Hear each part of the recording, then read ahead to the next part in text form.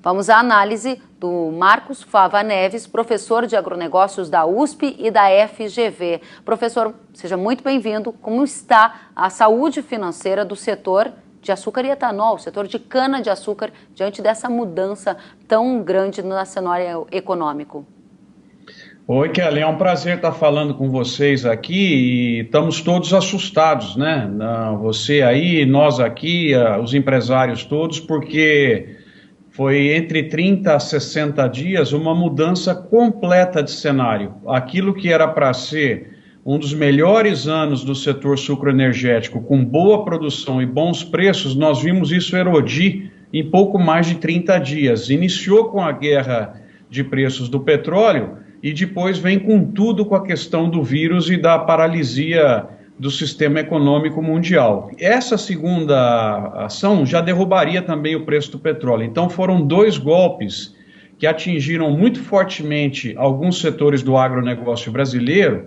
Eu diria que proporcionalmente, né, o setor que mais foi golpeado foi o setor de flores, numa primeira análise, mas assim, em termos de dimensão, a maior pancada vem em cima do etanol e, consequentemente, da cana. Então, é preciso, nesse momento, repensar como é que vai ser o nosso período daqui para frente. Todo mundo tem que sentar, dialogar, evitar atitudes oportunistas e pensar na solução para o setor. Mas foi um golpe impressionante. Eu não lembro de ter visto na minha carreira uma mudança de cenário em tão pouco tempo quanto essa. Como é que fica a saúde financeira do setor agora diante dessas mudanças tão drásticas em um período tão curto de tempo?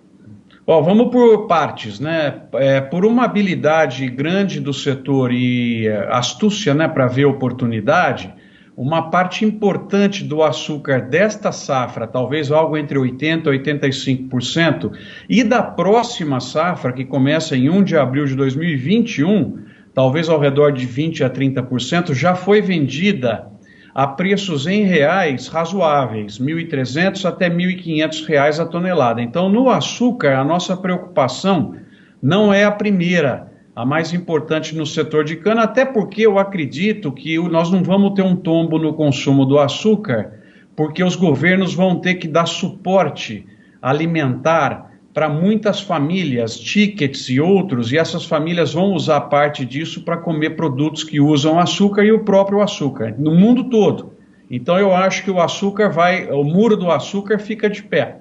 O muro que tombou é o do etanol e é o da bioeletricidade. O do etanol por quê? Você mesmo já falou, o preço do petróleo veio abaixo de $20. Acho que não tem ninguém em dezembro que escreveu algum relatório prevendo que isso poderia acontecer, né? E ele vindo para baixo de $20 o barril, você já falou sobre o impacto no etanol americano, que nós podemos comentar depois, mas no nosso aqui é algo já desastroso, porque ele derruba muito o preço da gasolina e com isso o etanol tem que vir para baixo também para continuar sendo vendido.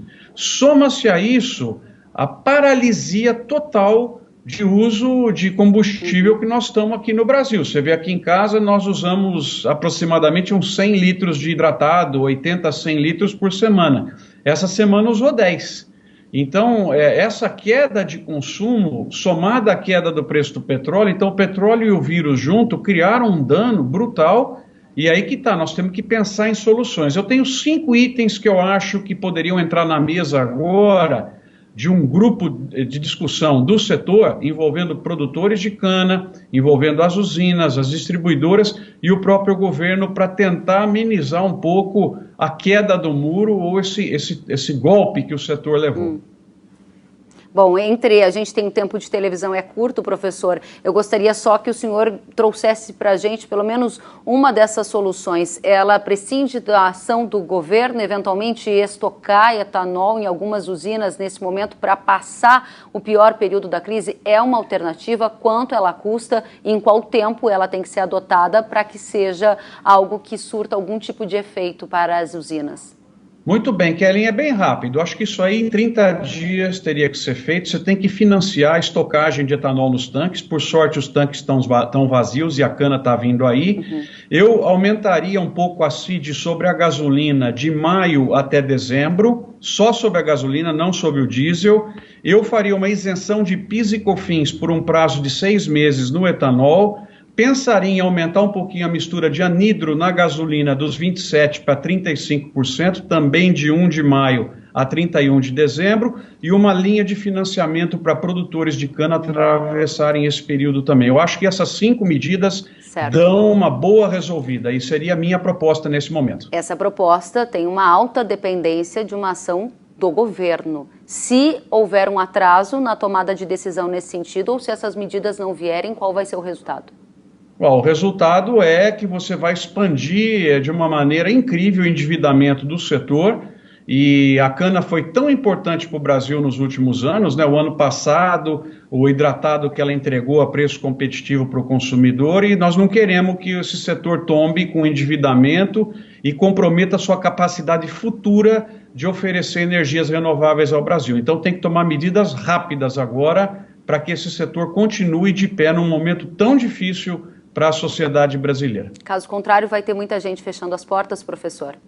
Você corre o risco de ter problemas no ano que vem, nos próximos anos, porque você vai ter menos investimento em cana, você vai ter menor produção de combustível, menor produção de açúcar, de repente o Brasil retoma o seu crescimento, que é o que nós queremos a partir do ano que vem, e aí nós vamos ter falta de energia para financiar esse crescimento. Então, planejamento é isso, é antever o que pode acontecer, tomar medidas agora. O setor de cana no agro junto com flores, como eu disse aqui, são os que merecem a maior atenção nesse momento. Professor Fava Neves, obrigada por nos atender e trazer uma análise completa sobre os desafios vividos por alguns setores do agro nesse cenário tão dinâmico e diferente que estamos vivendo. Volte sempre, uma boa tarde, bom trabalho.